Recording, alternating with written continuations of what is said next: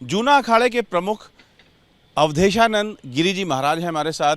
Sir, बहुत बड़ा एक प्रोसेशन निकला, जुलूस निकला या शोभा यात्रा निकली, जिसमें न सिर्फ जूना अखाड़े के सभी संतों को आप लेकर के नगर प्रवेश आपने किया, किन्नर अखाड़े के नागा सन्यासियों की जो शोभा थी वो अद्भुत थी। अब जबकि नगर प्रवेश हो चुका है संतों का, अब ये सिलसिला किस तरीके से बढ़ेगा? जो आम लोग हैं वो अगर महाकुंभ में क्या हो रहा है जानना चाहें और आने का मन बनाएं, तो क्या कुछ उनको लाभ होगा और क्या कुछ उनको समझना चाहिए कि इस महाकुंभ में हो रहा है? महाकुंभ पर्व ये 2025 में 12 वर्ष के बाद आया है। अर्धकुंभ भी होता है जो 6-6 साल के बाद होता है, पर 12 वर्ष के बाद जो आता है उसे पूर्ण कुंभ कहते हैं। हम उत्साह में से महाकुंभ कह रहे हैं।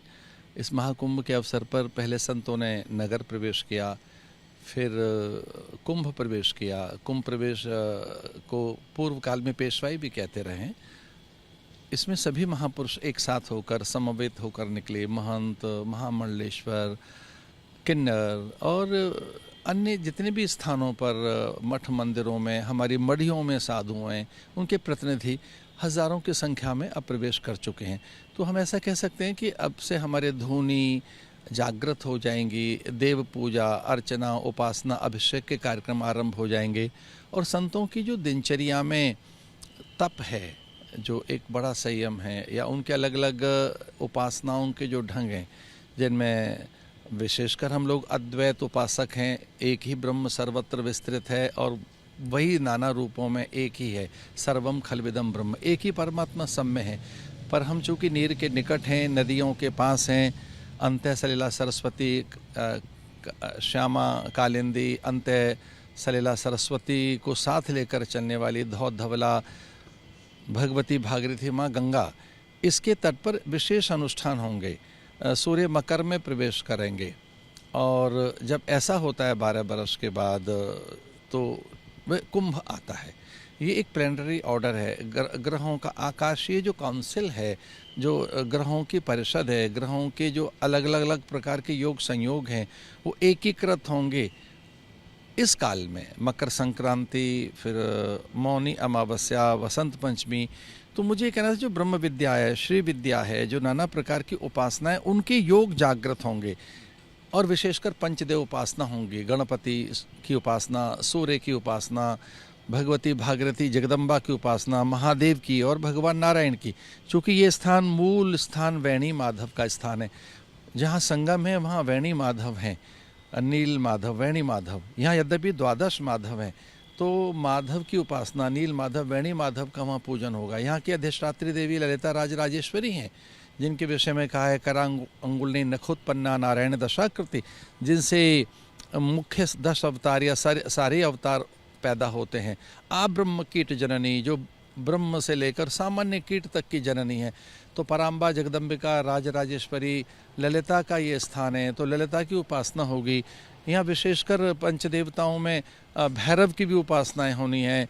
यहाँ जितने देवगण हैं, और मैं तो ये भी कहना चाहता हूँ, यक्ष, गंधर्व, किन्नर, देव, धनु, सबका आगमन होता है, वेश बदल कर सब आते हैं। तो हम सन्यासी, साधु, संत, महात्मा, यहाँ सारे ही पंथ आ रहे हैं। यहाँ नाथ आएंगे, औगड़ आएंगे, उदासी आएंगे, बैरागी आएंगे, सन्यासी आएंगे, कापालिक आएंगे, और यहाँ पर लिंगायत आएंगे, गौड़ा आएंगे, जितने वीर शैव अथवा कश्मीर शैव। तो हमारी जो भिन्न भिन्न धाराएं हैं, जो अनेक हमारे संप्रदाय हैं, उन संप्रदायों के आचार्य आएंगे, उनके उपासक आएंगे। तो कुंभ के यहाँ आप कोने कोने में देखेंगे, कहीं यज्ञ चल रहा है, कहीं उपासनाएं चल रही हैं, कहीं कोई अलग प्रकार के आध्यात्मिक प्रयोग चल रहे हैं। तो अध्यात्म के उच्चतर श्रेष्ठतर जो अनुप्रयोग हैं, उनकी धरती है ये कुंभ, कुंभ की धरती, जो यज्ञ की धरती है। बड़े बड़े यहाँ धनपति आएंगे, बड़े संपन्न लोग आएंगे, जो यहाँ दान करने के लिए आएंगे, सेवा का व्रत लेकर आएंगे। यहाँ सदाव्रत अन्न क्षेत्र आरंभ हो जाएंगे। और यहाँ जितने भी आर्टिजन्स हैं, जो कलाकार हैं, वो आएंगे। जैसे हमारे शिविर में प्राय सभी प्रांतों के नृत्य नाटिकाएँ होंगी। हमारे शिविर में सभी प्रांतों के हमारे यहाँ सांस्कृतिक कार्यक्रम होंगे। अनेक कवि आ रहे हैं, विचारक, मनीषी, दार्शनिक, और स्वाभाविक है राजनेताओं का भी आगमन होगा। पिछले बार तो माननीय मोदी जी ने ऐसा किया, आदरणीय योगी जी ने, कि लगभग 140-45 देशों के राजनयिक आए अपने ध्वज लेकर, उनके ध्वज यहाँ लगे और उन ध्वजों के पास वो खड़े हुए थे। तो इस बार मैं ऐसा देख रहा हूँ कि माननीय योगी जी का जो दृढ़ संकल्प है, उन्होंने जो एक अद्भुत आध्यात्मिक वातावरण बनाया है पूरे देश में, माननीय प्रधानमंत्री जी के नेतृत्व में, जिस ढंग से माननीय प्रधानमंत्री जी नरेंद्र मोदी जी आह्वान कर रहे हैं, सबको कुंभ में जाने के लिए प्रेरित कर रहे हैं। वो ये कह रहे हैं हर गांव से निकले, खेत खलियानों से लोग निकलें, गिरी कंदराओं से निकलें और संसार के कोने कोने में जहाँ जहाँ हिंदू हैं वो अपनी साधन सुविधाओं के अनुसार कुंभ में पहुँचें। मुझे लगता है कोई 30-40 करोड़ लोगों के आने की संभावनाएँ हैं अलग अलग स्नानों में। और मैं भी आह्वान करता हूं कि आइए एक नया अनुभव लीजिए, दिव्य कुंभ का, भव्य कुंभ का, स्वच्छ कुंभ का, हरित कुंभ का, और उस कुंभ का जो आध्यात्मिक कुंभ है। ये सामाजिक समरसता का पर्व है। यहाँ तीनों नदियाँ मिल रही हैं तो अनेक धाराओं के मिलने का पर्व है। यहाँ सभी तो मिल रहे हैं। जब 3 नदियाँ एक साथ मिल रही हैं तो कई धाराएं मिलेंगी। विमर्श के लिए स्थान है, ये मंथन के लिए स्थान है। पूर्व काल में तो शास्त्रार्थ होता रहा है, कैसे लोक कल्याणकारी प्रवृत्तियों को चैतन्य रखा जाए, पारमार्थिक संकल्प कैसे जगाए जाएं, समाज में वैमनस्य न रहे, दूरियां न रहे, भेद न रहे, समाज में किसी प्रकार का कोई संघर्ष न रहे, कटुता न रहे। तो समय मिले आकर। एक और बात कहनी है, देखिए यहाँ सारी जातियों का सम्मान है। मैं तो कहना चाहता हूँ सारी जातियाँ समान हैं, सारी जातियाँ महान हैं, कोई बड़ा नहीं है, कोई छोटा नहीं है, सब एक हैं। और एकता का संदेश, समानता का, समरसता का संदेश हम यहाँ से देंगे।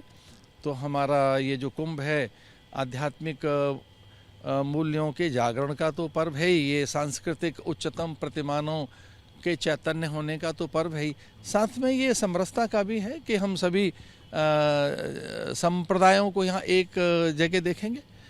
जो कुंभ, अर्धकुंभ, महाकुंभ का कॉन्सेप्ट है वो दरअसल शास्त्रों के अनुसार क्या है? जैसे आपने बताया कि हम उत्साह में इसको महाकुंभ कह दे रहे हैं, उस लिहाज से देखें तो शास्त्रीय परंपरा क्या है? देखिए शास्त्र में कुंभ कहा गया है और एक अर्धकुंभ और पूर्ण कुंभ कहा गया है। लेकिन चूंकि लोक मान्यताओं में कई लोग तो खेलों का कुंभ कहते हैं, किसानों का महाकुंभ कहते हैं, विद्यार्थियों को महाकुंभ कहते हैं। जो संगम स्थल का अर्धकुंभ, कुंभ और पूर्ण कुंभ है, इसके बारे में बता दीजिए। देखिए मूलतः तो पूर्ण कुंभ ही है, लेकिन चूंकि उत्साह में कई बार शब्द नए प्रचलित हो जाते हैं, तो जब सभी जगह एक प्रकार से प्रचलित हो गए शब्द और वो जनमानस में आ गए, वो मन मानस के साथ चित्त चेतना में प्रवेश कर गए, वो शब्द हमारे स्वभाव और प्रकृति में आ गए, वो हमारे जीवन का अभिन्न और एक ऐसे अंग बन गए, तो ये पूर्ण कुंभ ही महाकुंभ है। हम सब साधु महात्मा, यति योगी। साल पे ये अर्धकुंभ, कुंभ 6 साल के बाद अर्धकुंभ आता है, 12 साल के बाद कुंभ आता है, पूर्ण कुंभ। तो स्वामी जी, जो आध्यात्मिक रूप से महाकुंभ या कुंभ की महिमा है, उसमें लोग आते हैं तो उनको मेला देख करके चले जाते हैं। आध्यात्मिक तौर पर उनको इस मेले को घूमने का सलीका क्या होना चाहिए? किस तरीके से उनको आना चाहिए? आध्यात्मिक लाभ के लिए वो तमाम जो पंडाल लगे रहते हैं, शिविर लगे रहते हैं, संत आते हैं। ये माना जाता है कि बहुत सारे संत असली संत नहीं भी होते हैं, लेकिन बहुत सारे संत बहुत उच्च कोटि के होते हैं जो हर बार कुंभ क्षेत्र में आते हैं। तो संतों के लिहाज से और संत का लाभ लेने के लिहाज से, और असली नहीं है इसकी तो खैर चर्चा नहीं करनी चाहिए। सभी वेश में, जिस वेश में हैं लोग, भगवान का ही स्वरूप है, और इस वेश में बहुत से लोग तो घुस ही जाते हैं, ये भी बात सत्य है। पर अगर संतों के पास जाएं तो वहाँ विचार मिलता है, तत्व मिलता है, तत्व का बोध होता है। आज मनुष्य बड़ा भयभीत है, थकित है, चिंतित है, एक प्रकार से अशांत है, बड़े गहरे अवसाद में है।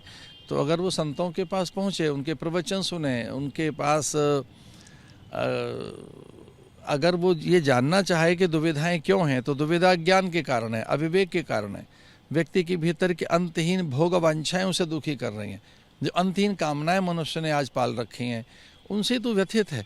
और बिना योग्यता, पात्रता, श्रम, साधना के सब कुछ पाने की, प्राप्त करने की जो प्रवृत्ति है, उसकी वैसे मनुष्य मन हताश है।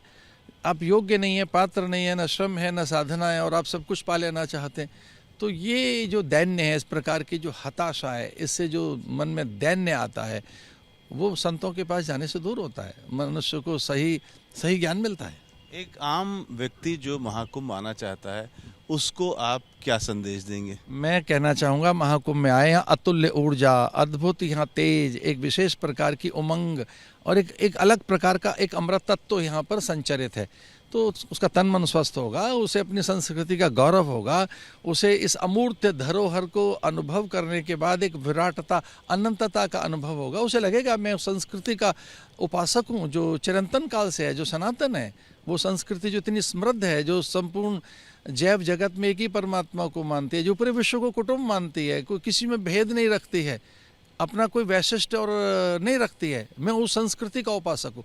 तो जब एक सामान्य व्यक्ति कुंभ में आएगा तो उसे यहाँ के अपने अतीत का जो गौरव है, अपनी जो समृद्ध परंपरा है, एक गौरवशाली जो हमारे मूल्य हैं, जब उनका वो अनुभव करेगा तो उसे अनंतता का अनुभव होगा। उसे लगेगा तो मैं किसी एक महान संस्कृति का उपासक हूँ, जो केवल एक कोने में भगवान को नहीं देखती, किसी एक दिशा में भगवान को नहीं देखती, जो कण कण में परमात्मा को देखती है, जो हर क्षण उसकी विद्यमानता को अनुभव करती है। मैं उस संस्कृति का अभिन्न अंग हूँ। इसलिए मैं कहना चाहता हूँ कि लोग आए यहाँ और परमात्मा सर्वत्र है, ये अनुभव उनको यहाँ होगा। पूरा विश्व कुटुंब है, ऐसा एक उनको अनुभव होगा। हम सब एक हैं, ये अनुभव उनको होगा। एक ये जो बात लोगों के मन में रहती है कि हमारे यहाँ बेहद उच्च कोटि के संत हुए हैं, देवराहा बाबा से लेकर रामकृष्ण परमहंस से लेकर तमाम साधुओं की बात होती है, पौहारी बाबा की बात होती है। आज की मौजूदा समय में आपको लगता है कि इतने उच्च कोटि के संत अभी भी हैं? देखिए, सच मानिए, ये तो संतों का भंडार है। यहाँ तो इतनी अंतहीन श्रृंखला है संतों की। कई संत छुपकर भी रहते हैं, वो अपना प्रकाशन नहीं भी करते, और सिद्ध क्यों चाहेंगे कि वो प्रकाशित करें स्वयं को, वो बताएं। फूल कहते हैं कि हमारे पास खुशबू है, आइए और देखो हम खिल रहे हैं, हमारे सौंदर्य को निहारिए, हमारी सौकर्यता, सौरस्यता, सौरभ्यता, हमारी दिव्यता, हमारी सुकोमलता को आकर देखो। फूल कभी कुछ नहीं कहते हैं, वो अनुभव कराते हैं अपना। यानी भक्तों की उम्मीद कायम रहे। अवश्य। Ravikant, ABP news, Prayagraj. For exclusive and insightful videos, subscribe to our new channel ABP Live Premium.